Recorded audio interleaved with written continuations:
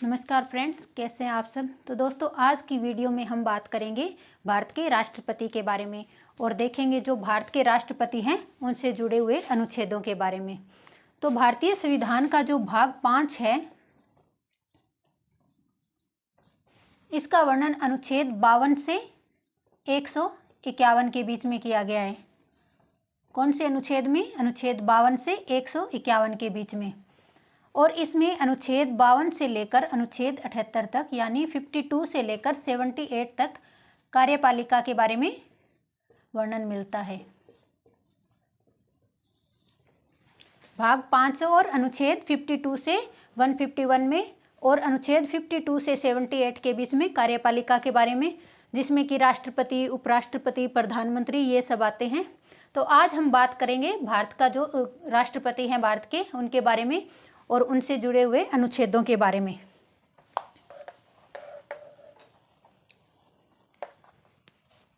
तो सबसे पहले देख लेते हैं अनुच्छेद 52। अनुच्छेद 52 में दिया है कि जो भारत का संविधान है उसमें लिखा गया है कि जो भारत के राष्ट्रपति हैं उसका एक पद होगा, भारत के राष्ट्रपति का पद होगा, और इस पद का वर्णन अनुच्छेद 52 में किया गया है। अब देखते हैं अगला 53 में दिया है कार्य एवं शक्तियाँ। जो राष्ट्रपति, हमारे देश के जो राष्ट्रपति हैं उन्हें कुछ कार्य और शक्तियाँ सौंपे गए हैं। जो राष्ट्रपति के क्या क्या कार्य होते हैं और उनको किस किस प्रकार की शक्तियाँ दी हुई है, इन सब का वर्णन अनुच्छेद 53 में किया गया है। राष्ट्रपति के जो महत्वपूर्ण कार्य या उनको दी हुई शक्तियाँ हैं, इनका वर्णन हम इससे अगली वीडियो में विस्तार से करेंगे। इनको जो भी शक्तियाँ दी हुई है उनके बारे में। अब देखते हैं राष्ट्रपति का चुनाव, अनुच्छेद 54। तो राष्ट्रपति का चुनाव कैसे होता है? तो राष्ट्रपति का चुनाव एक निर्वाचक मंडल के द्वारा होता है। निर्वाचक मंडल। अब इस निर्वाचक मंडल में कौन कौन शामिल होते हैं? तो इसमें शामिल होते हैं जो लोकसभा है, लोकसभा प्लस राज्यसभा,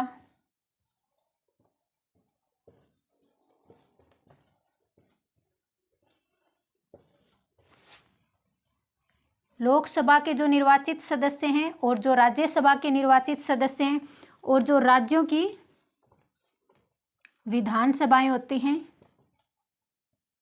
राज्य विधानसभा, और इसके अलावा जो केंद्र शासित प्रदेश हैं, ऐसे केंद्र शासित प्रदेश जिनमें विधानसभा होती है, उन विधानसभाओं के जो निर्वाचित सदस्य होते हैं वो राष्ट्रपति के चुनाव में भाग लेते हैं। लोकसभा के, राज्यसभा के, राज्य की विधानसभाओं के और केंद्र शासित प्रदेश की विधानसभाओं के, इन सब के निर्वाचित सदस्य, यानी जो सदस्य जनता के द्वारा चुने जाते हैं, निर्वाचित सदस्य। अगर हम बात करें राष्ट्रपति के चुनाव की, तो राष्ट्रपति जो है अप्रत्यक्ष रूप से चुना जाता है, यानी वो जनता के द्वारा प्रत्यक्ष रूप से नहीं चुना जाएगा, वो अप्रत्यक्ष रूप से चुना जाता है। यानी जो जनता के चुने हुए प्रतिनिधि हैं, जो निर्वाचित सदस्य, जैसे कि विधायक, सांसद, ये सब लोग मिलकर राष्ट्रपति का चुनाव करते हैं। अगर हम बात करें विधान परिषद की, तो विधान परिषद के जो सदस्य हैं वो राष्ट्रपति के चुनाव में भाग नहीं लेते, क्योंकि जो हमारे देश में सभी राज्यों में जो है विधान परिषद नहीं है, केवल 6 राज्यों में ही विधान परिषद है। इसीलिए जो विधान परिषद है उनके सदस्य राष्ट्रपति के चुनाव में भाग नहीं लेते। केवल विधान सभाओं के, चाहे वो राज्यों में हो चाहे वो केंद्र शासित प्रदेश में विधानसभा हो, उन सबके जो निर्वाचित सदस्य हैं वो इसमें भाग लेते हैं। अगर हम बात करें जो मनोनीत सदस्य हैं, जैसे कि लोकसभा में मनोनीत सदस्य होते हैं, या फिर जो राज्य की विधानसभाएं होती हैं उनमें भी मनोनीत सदस्य है। यानी राष्ट्रपति, आपने सुना होगा कि जो राष्ट्रपति है वो 2 एंग्लो इंडियंस को मनोनीत करता है, तो वो राष्ट्रपति के चुनाव में भाग नहीं लेते। अगर कोई एंग्लो इंडियंस जो है निर्वाचित होकर आता है तो वो राष्ट्रपति के चुनाव में भाग ले सकता है। लेकिन अगर मनोनीत है तो मनोनीत सदस्य इसमें भाग नहीं लेंगे, क्योंकि जो राज्य विधानसभाएं होती हैं, राज्य की जो विधानसभा, उसमें जो एंग्लो इंडियंस मनोनीत किए जाते हैं वो राज्यपाल के द्वारा मनोनीत किए जाते हैं। फिर भी वो राष्ट्रपति के चुनाव में भाग नहीं लेंगे, क्योंकि जो राज्यपाल है वो किसके द्वारा चुना जाता है, यानी उसको किसके द्वारा मनोनीत किया जाता है, वो किया जाता है राष्ट्रपति के द्वारा उसे मनोनीत किया जाता है। तो अब हम देख लेते हैं अनुच्छेद 55 चुनाव का तरीका। अनुच्छेद 55 में क्या दिया है, राष्ट्रपति के चुनाव का तरीका। तो राष्ट्रपति का चुनाव कैसे होता है, तो वो होता है एकल संक्रमणीय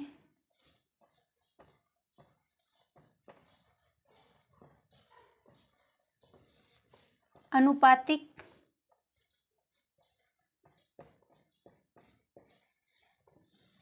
गुप्त मतदान प्रणाली के द्वारा, गुप्त मतदान प्रणाली के द्वारा।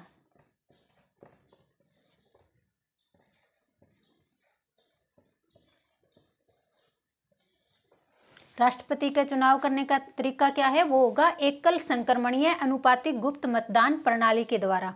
तो इसको हम समझ लेते हैं कि ये क्या है और किस प्रक्रिया के द्वारा राष्ट्रपति का चुनाव होता है।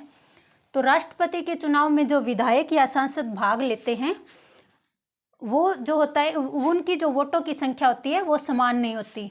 अगर हम बात करें कि एक विधायक की वोट की संख्या जो है क्या होगी, तो अगर हम एक विधायक के वोटों की संख्या निकालने चाहें तो इसके लिए हमें उस राज्य की जनसंख्या, उस राज्य की जनसंख्या बटे में उस राज्य में जो निर्वाचित विधायक होते हैं, विधायकों की संख्या, निर्वाचित विधायकों की संख्या। यहाँ आप इस शब्द का अच्छे से ध्यान रखेंगे कि निर्वाचित विधायकों की संख्या और गुणे में 1/1000। इस प्रकार एक विधायक की संख्या निकाल ली जाती है। अगर बात करें एक सांसद की,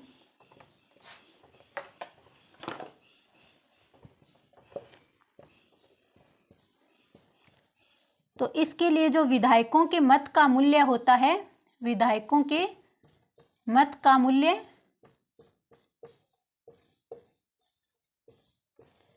बटे में निर्वाचित सांसदों की संख्या। जो निर्वाचित, इस शब्द को आप ध्यान में रखेंगे कि निर्वाचित सांसदों की संख्या। इस प्रकार एक सांसद की संख्या निकल कर आ जाएगी। और विधायक की संख्या निकालने के लिए, विधायक के मत की जो है वैल्यू निकालने के लिए उस राज्य की जनसंख्या बटे में निर्वाचित विधायकों की संख्या और गुणे में 1000। लेकिन जब एक सांसद के मत का मूल्य निकालते हैं तो इसमें गुणा या भाग करने की जरूरत नहीं है। विधायकों के मत का मूल्य बटे निर्वाचित सांसदों की संख्या।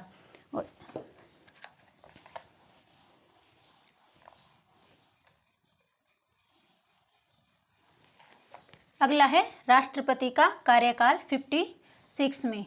तो राष्ट्रपति का कार्यकाल कितना होता है, वो होता है 5 वर्ष। और ये कब से शुरू होता है, जिस टाइम जो राष्ट्रपति शपथ ग्रहण करते हैं उस शपथ ग्रहण के टाइम से ही उनका कार्यकाल शुरू होता है। अगर पहले चुने जाते हैं तो उस टाइम से नहीं माना जाएगा, जबकि जिस दिन वो शपथ ग्रहण करते हैं उसी टाइम से उनका कार्यकाल शुरू हो जाता है। अगर राष्ट्रपति त्याग पत्र दे देते हैं या किसी कारणवश उनकी मृत्यु हो जाती है या महाभियोग के द्वारा उन्हें हटा दिया जाता है। ये महाभियोग क्या है, इसका हम आगे वर्णन करेंगे। तो इन 3 कारणों से राष्ट्रपति का पद भी खाली हो सकता है। तो ऐसी स्थिति में 5 वर्ष से पहले भी राष्ट्रपति का जो पद है वो रिक्त हो सकता है। लेकिन वैसे हम देखें तो राष्ट्रपति का कार्यकाल 5 वर्ष का होता है। अगला है पुनर्चुनाव की अर्हता 57 में। तो हमारा जो भारत का संविधान है उसमें राष्ट्रपति के पुनर्चुनाव से संबंधित कोई भी प्रावधान नहीं किया गया है। कोई भी राष्ट्रपति कितने भी समय के लिए यानी कितनी भी बार राष्ट्रपति का चुनाव लड़ सकता है। अगर हम बात करें अमेरिका की, तो अमेरिका के संविधान में ऐसा प्रावधान किया गया है कि वहाँ पर कोई भी आदमी जो राष्ट्रपति का चुनाव लड़ता है वो केवल 2 बार ही राष्ट्रपति बन सकता है। लेकिन भारत के संविधान में ऐसा कोई प्रावधान नहीं है।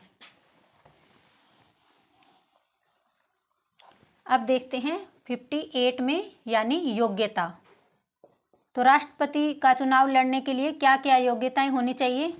तो सबसे पहले है कि वो भारत का नागरिक हो, वो भारत का नागरिक हो।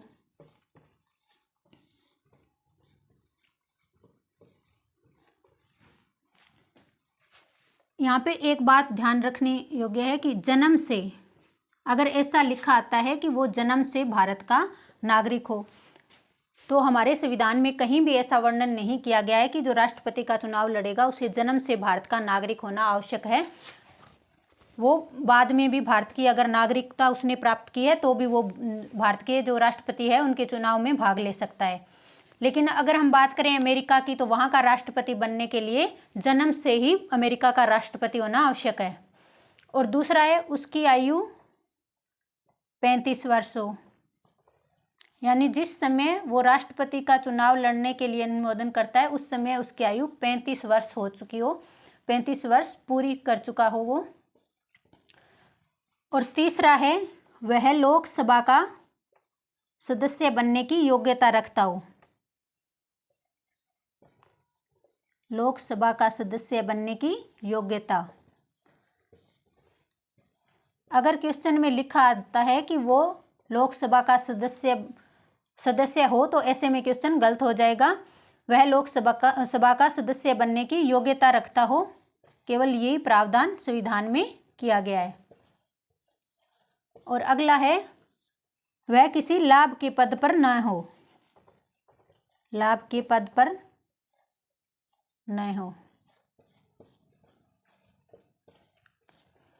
लेकिन जो भारत के प्रधानमंत्री हैं, उपराष्ट्रपति हैं, राष्ट्रपति हैं या जो राज्य में जो मंत्री होते हैं उन सबको जो है लाभ का पद नहीं माना जाता।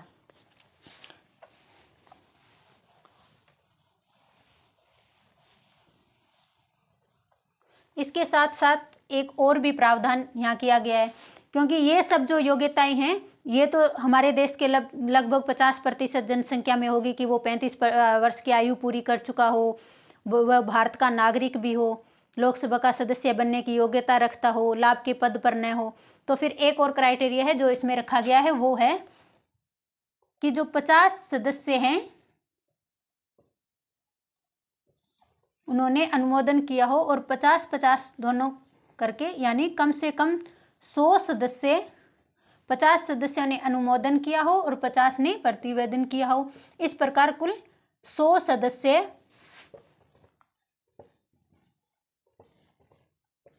जो राष्ट्रपति पद के लिए जो भी व्यक्ति चुनाव लड़ना चाहता है उसके लिए 100 व्यक्तियों ने अनुमोदन किया हो तभी जाकर, और 100 व्यक्तियों ने प्रतिवेदन, तभी जाकर कोई व्यक्ति राष्ट्रपति का चुनाव लड़ सकता है।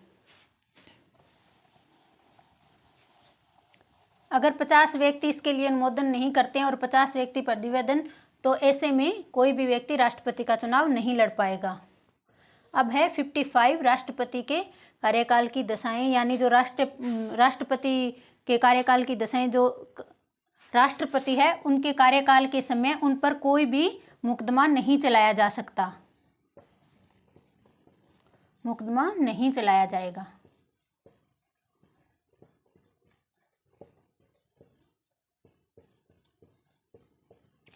उनके कार्यकाल के दौरान उन पर किसी प्रकार का कोई मुकदमा नहीं चलाया जाएगा। अगला है 60 शपथ ग्रहण। तो राष्ट्रपति को शपथ कौन दिलाता है? वो दिलाता है सुप्रीम कोर्ट का जो मुख्य न्यायाधीश होता है।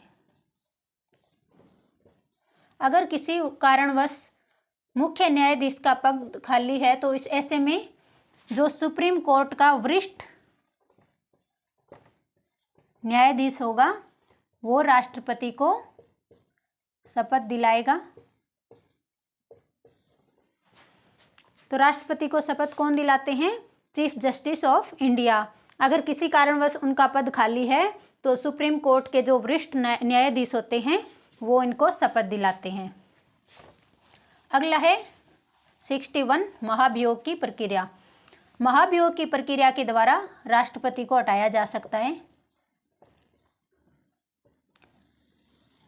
तो इसके लिए 1/4 सदस्यों को, अगर 1/4 सदस्य इस बात को अगर संसद में रखते हैं कि वो राष्ट्रपति पे महाभियोग लाना चाहते हैं तो उन पे महाभियोग की प्रक्रिया शुरू की जाएगी, लेकिन उसे पास होने के लिए 2/3 बहुमत का होना आवश्यक है। लेकिन इसके लिए राष्ट्रपति को पहले 14 दिन पहले उनको इस बात की खबर देनी होगी कि उन पर महाभियोग लाया जा रहा है, और इसके लिए 1/4 सदस्यों का होना आवश्यक है, 1/4 सदस्यों का। और महाभियोग का जो प्रस्ताव लाया जाता है उसमें 2/3 सदस्यों के द्वारा उसे पारित करना आवश्यक है। और ये जो महाभियोग का प्रस्ताव है ये राज्यसभा या लोकसभा किसी भी सदन में लाया जा सकता है, लोकसभा या राज्यसभा, लेकिन उसको 2/3 बहुमत से पारित करना आवश्यक होता है। लेकिन आज तक किसी भी राष्ट्रपति पर हमारे देश में यानी भारत देश में किसी भी राष्ट्रपति पर महाभियोग का प्रस्ताव नहीं लाया गया है। राष्ट्रपति जब संविधान के अनुसार कार्य नहीं करता है तो उस पर महाभियोग की प्रक्रिया शुरू की जाती है, लेकिन भारत में आज तक ऐसा नहीं हुआ है। अब है 62 रिक्त पूर्ति। रिक्त पूर्ति यानी जब राष्ट्रपति का पद खाली होता है तो उसकी जगह कौन काम करते हैं? उपराष्ट्रपति।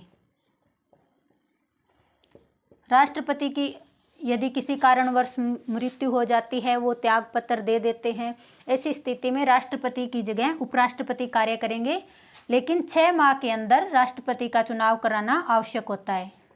कितने टाइम में? 6 माह में। अगला है उपराष्ट्रपति का राष्ट्रपति के रूप में कार्य करना। ये वही बात हुई कि जब राष्ट्रपति का पद अगर रिक्त हो जाता है तो उस समय जो उपराष्ट्रपति है वो राष्ट्रपति के रूप में कार्य करेंगे, और इसका प्रावधान अनुच्छेद 65 में किया गया है। तो आपको राष्ट्रपति और उससे जो जुड़े हुए अनुच्छेद हैं वो अच्छे से समझ में आ गए होंगे।